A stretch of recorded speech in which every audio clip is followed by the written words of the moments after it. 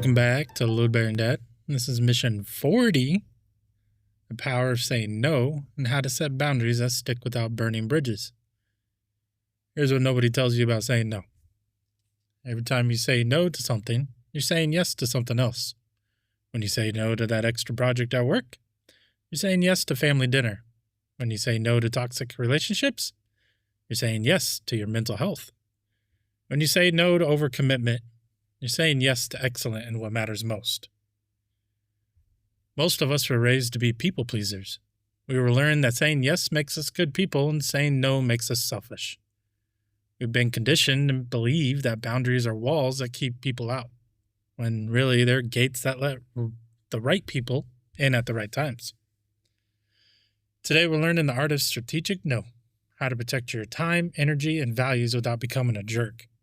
Whether you're dealing with demanding bosses, needy family members, guilt-tripping friends, or your own tendency to overcommit, this episode will help you set the boundaries that actually stick.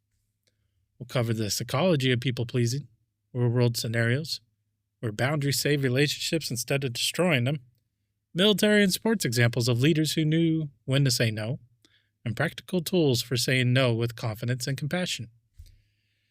Because the people who matter most in your life don't want you to say yes to everything.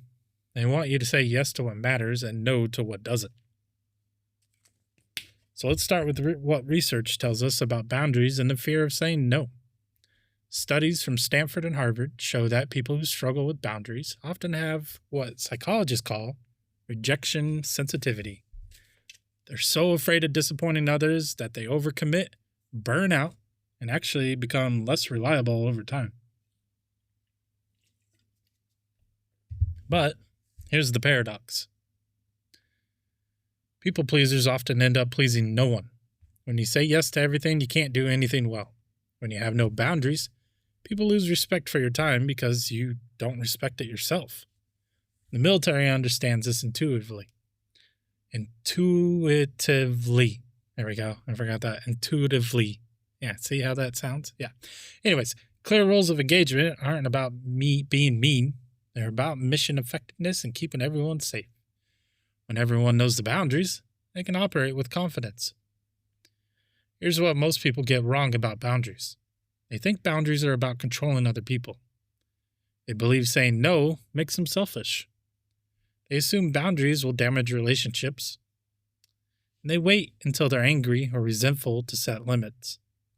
But healthy boundaries are actually about taking responsibility for your own choices, communicating your limits clearly and kindly, protecting your ability to show up fully for what matters, preventing resentment before it builds. So think about a time when you said yes to something you should have said no to. What was driving that yes? Fear of disappointing someone? Guilt? The need to be needed?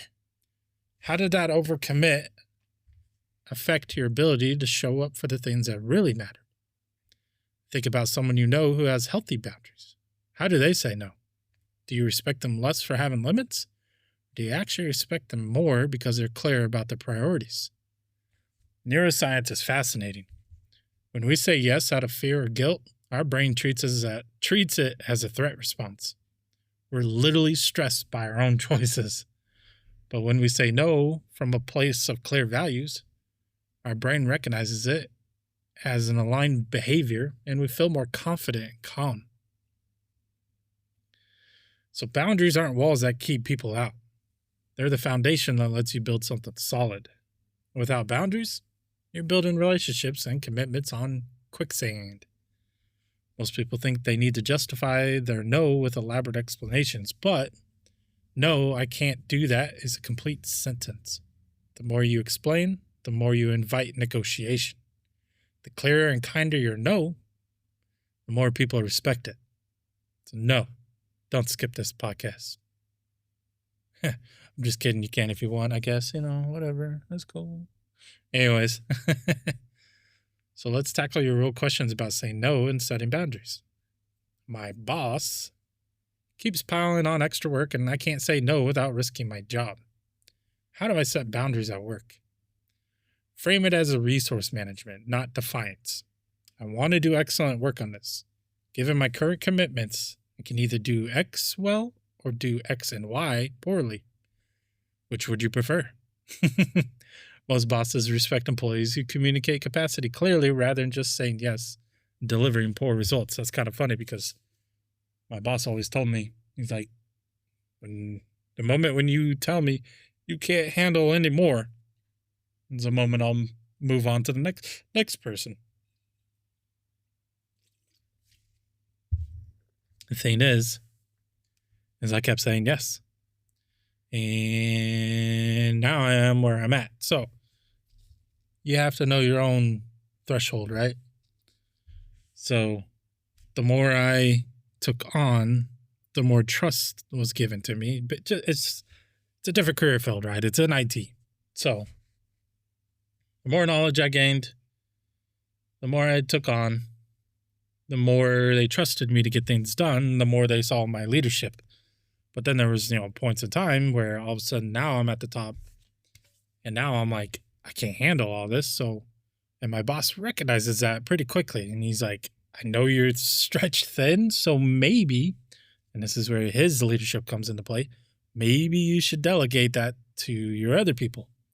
And I was like, that is not a bad idea. So he recognizes it. He knows I could take on anything, but he recognizes when I have taken on a lot and then teaches me, hey, you got other people with you now that you could trust and depend on, because it's been a minute since I could depend on anybody. But now I do. And now I can delegate, hey, I can't handle this right now. Can you go ahead and take a look at this and let us know what we should do in this scenario? So it's nice. But that's in the IT field. So question 2, my extended family expects me to attend every gathering and makes me feel guilty when I can't. How do I say no without causing family drama? That's the nice thing about my family. They've never really ever guilted it. They do have a lot of family gatherings and I always want to go, but it's always such bad timing.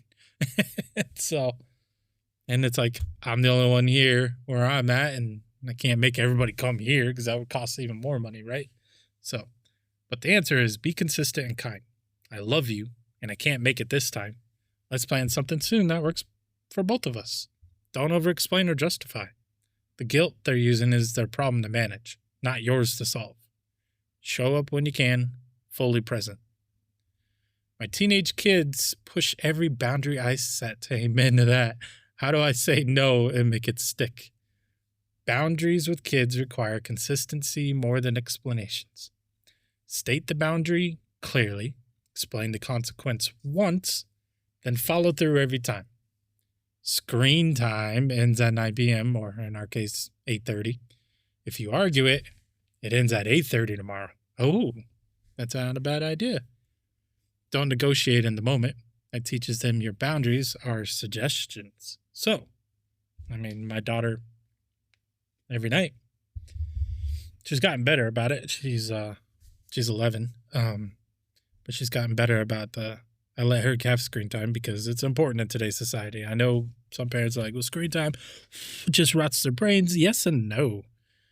The things that have watched my daughter doing, like she actually was coloring a coloring book, but she wanted to know what colors to use, and it was out there on YouTube or it was out there on the web, and she actually looked up, and her pictures that she's colored are gorgeous. I'm so jealous I can't color like that.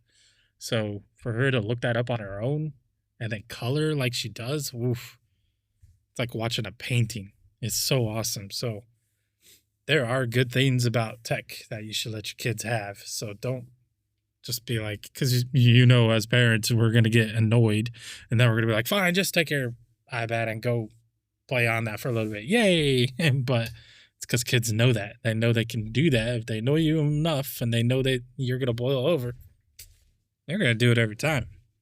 And maybe you're just like, oh my God, that's why oh my God, they're right. So, but setting a boundary shorter the next night if they don't listen tonight, that's a genius idea. My spouse gets upset when I say no to social events. Guilty. Because I need downtime. How do we balance our social needs with my need for space? I always need downtime. That's the thing about me. I do this podcast to vent, right?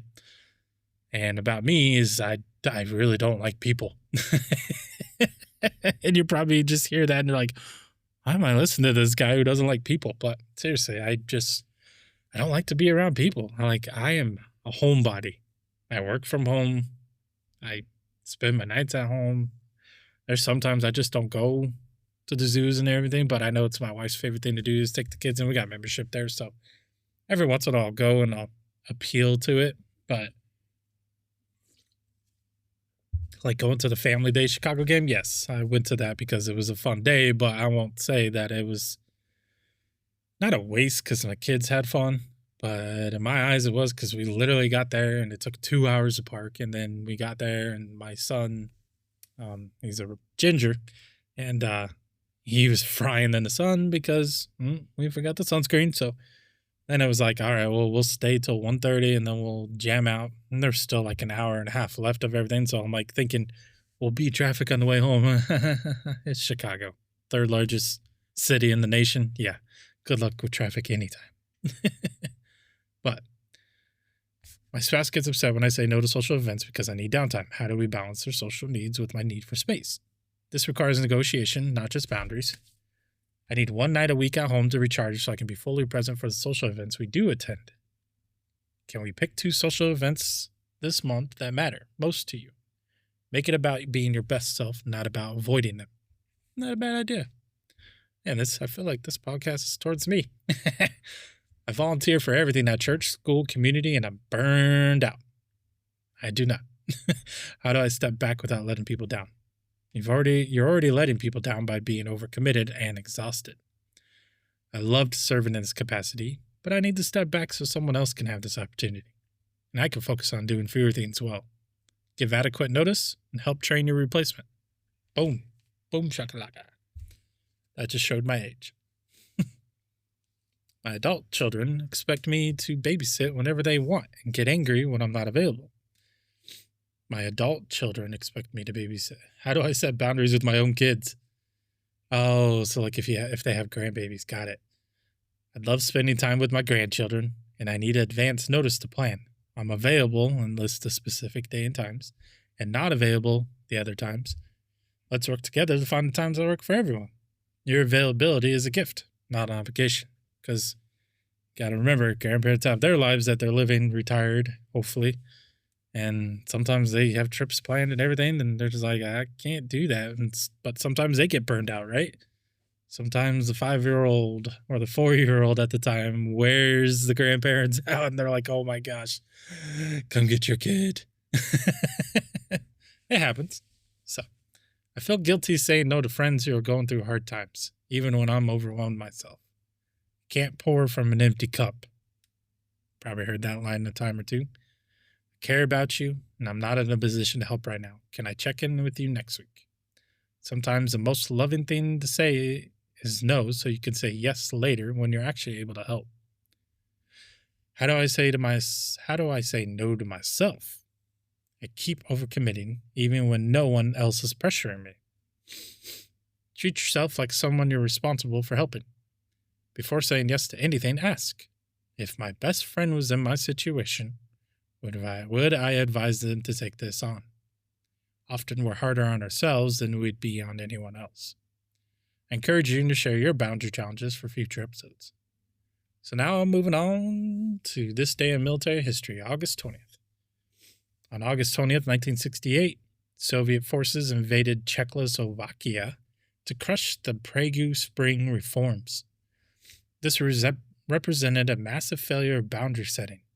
The Czechs had to try to establish political boundaries within the Soviet sphere, while the Soviets refused to respect those boundaries.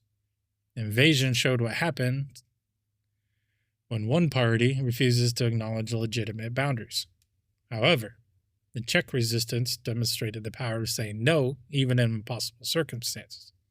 They couldn't stop the tanks, but they refused to legitimize the occupation. Nice. NASA launched Voyager 2 on August 20th, 1977, beginning humanity's most ambitious space exploration mission. Most ambitious space exploration mission. This required setting clear boundaries about mission parameters, resource allocation, and acceptable risks. The mission succeeded before NASA said no to scope, creep, and stay focused on core objectives while remaining flexible about methods. On August 20th, 1991, Estonia declared independence from the Soviet Union during the failed coup attempt in Moscow. This was the ultimate boundary-setting moment. A small nation saying no to a superpower. Estonia's leaders understood that saying no to Soviet control meant saying yes to their people's freedoms, even at an enormous risk. So think about Estonia's independence declaration. Sometimes saying no requires courage because the consequences are serious. Have you ever had to say no to something powerful or intimidating because it was the right thing to do? What happened when you held your boundary despite pressure? So whether it's resisting political oppression, maintaining mission focus, or declaring independence, history shows that clear boundaries, even when they're difficult to maintain, often lead to better outcomes than trying to please everyone or avoid conflict. Strategic boundaries aren't about being difficult, they're about being clear about what you will and won't accept to everyone knows.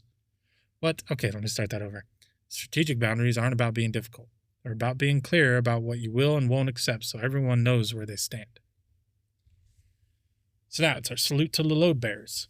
Today's salute goes to everyone who sets boundaries not just for themselves, but to protect others.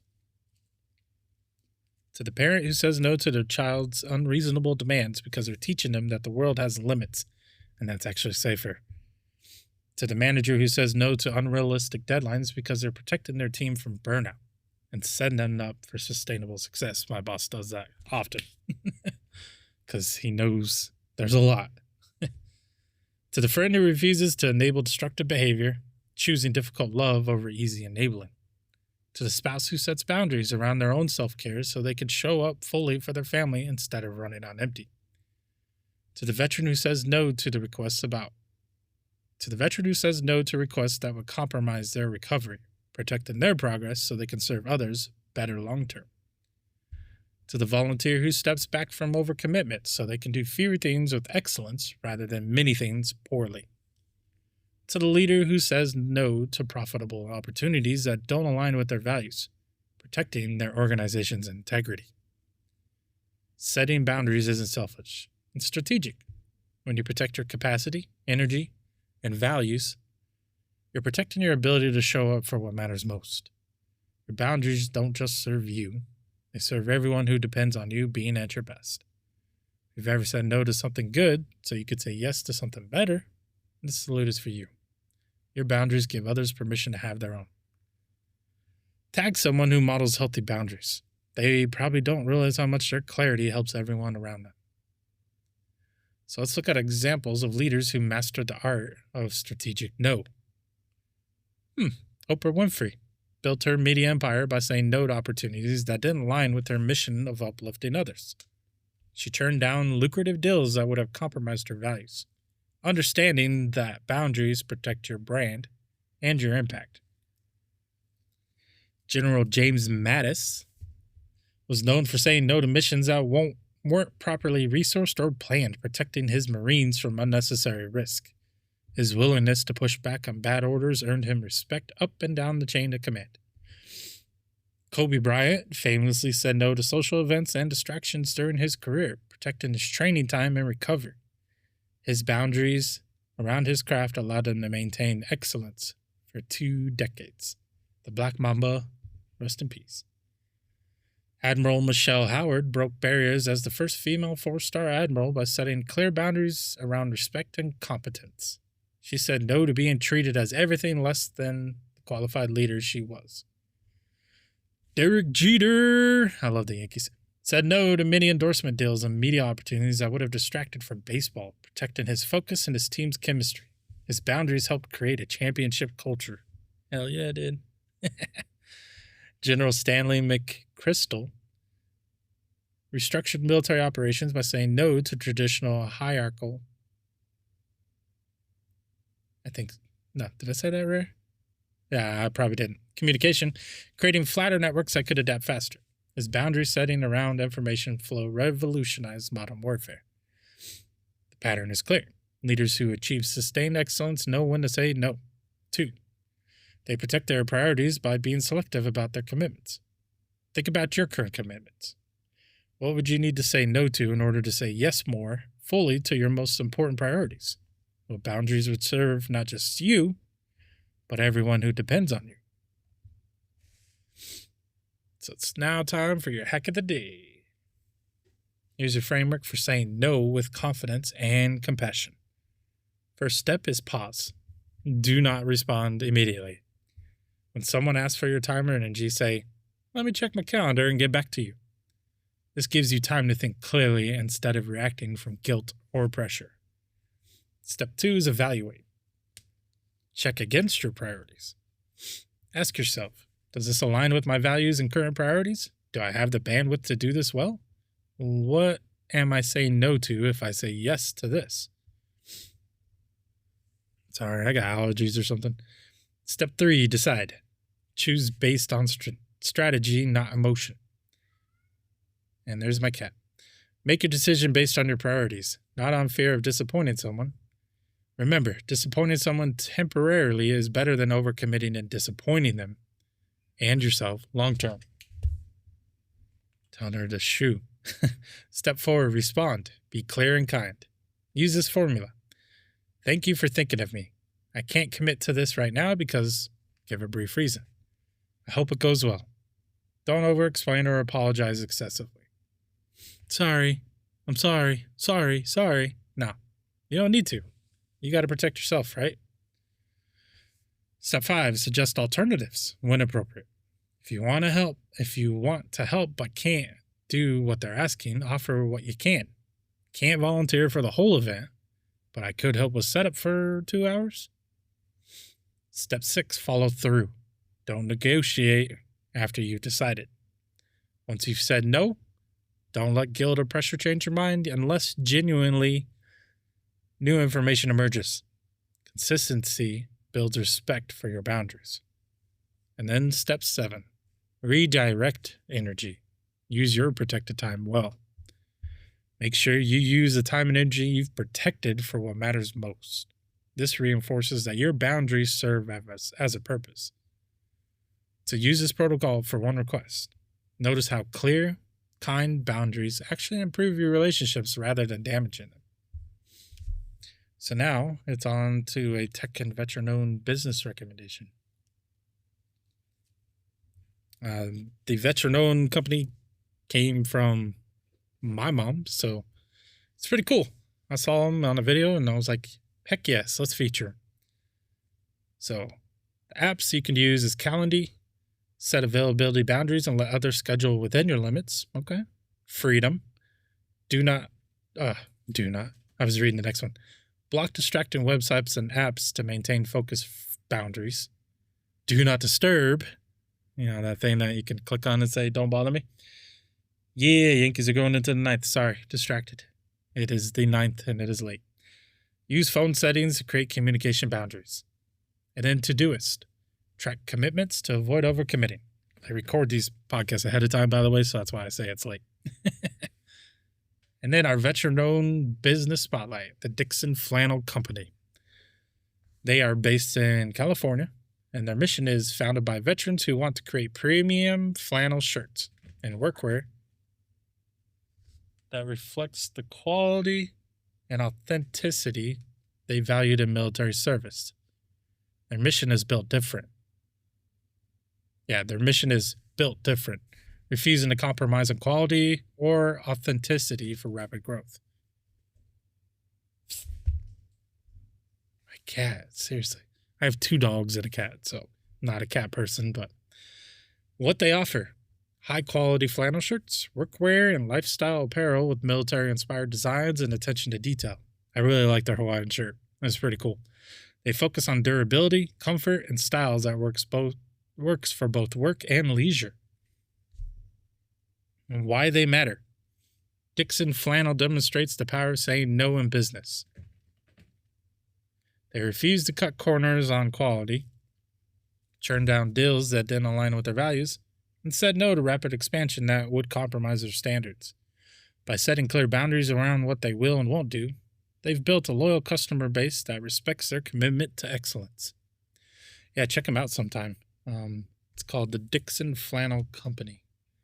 I'm actually going to go look at them while you're listening. So yeah, it's www.dixxon.com. And right off the bat, those are cool flannels, all of them. Those are pretty cool. They got some characters in there too. They were founded by Danny in 2013 with a bold vision and a few bucks. It says Dixxon fully embraces the counterculture of motorcycles, skateboards, tattoos, and hardcore punk music today. Is this the right one? Hold on. This might not be the right one. Dixxon Flannel Co. Oh, that's the right one.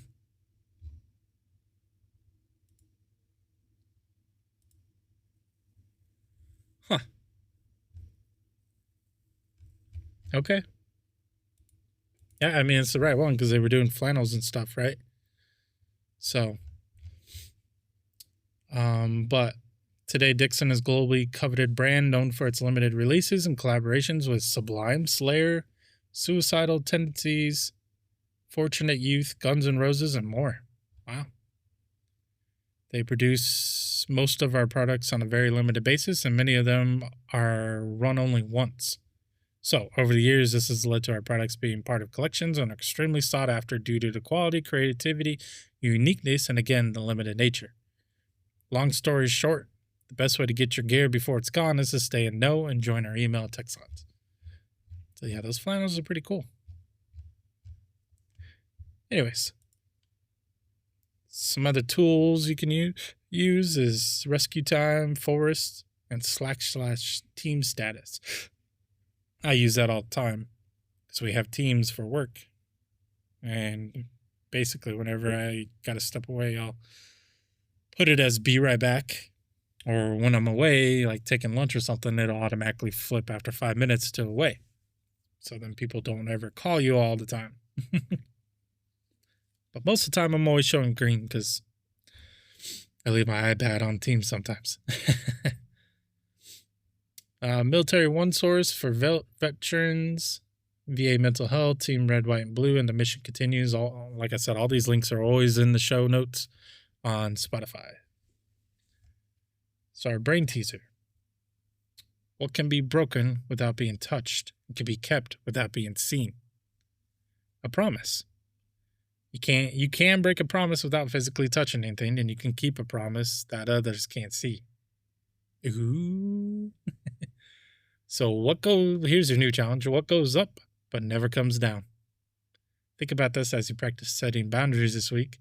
Some things, once they change, can't be unchanged, just like respect for your boundaries. That's time for the outro and the mission debrief. Every time you say no to something, you're saying yes to something else. The power of boundaries isn't about keeping people out. It's about protecting your ability to show up fully for what matters most. Your action items this week. Use the strategic no protocol for one request. Pause, evaluate, decide, respond clearly and kindly. Identify one area where you've been overcommitting and practice saying no to protect the boundary. Have a conversation with someone important about your boundaries. Help them understand what you're saying yes to when you say no. And then connect with Load-Bearing Dad community at deemfit.co. Use Load-Bearing Dad for 15% off. I know nobody's used it yet, but I'm hopeful. They've got some cool stuff for workouts and everything. So your next mission is finding your tribe. How to build deep friendships as an adult when everyone's busy. Ooh, that'll be a good one. We'll dive into the challenge of making real connections after military service, in new cities, and just as life gets complicated. Plus practical strategies for building the brotherhood and sisterhood you need. So the people who matter most in your life don't want you to say yes to everything. They want you to say yes to what matters and no to what doesn't. Your boundaries aren't walls that keep people out. They're the foundation that lets you build something solid. Remember, no is a complete sentence. But no, because I'm committed to, is a powerful one.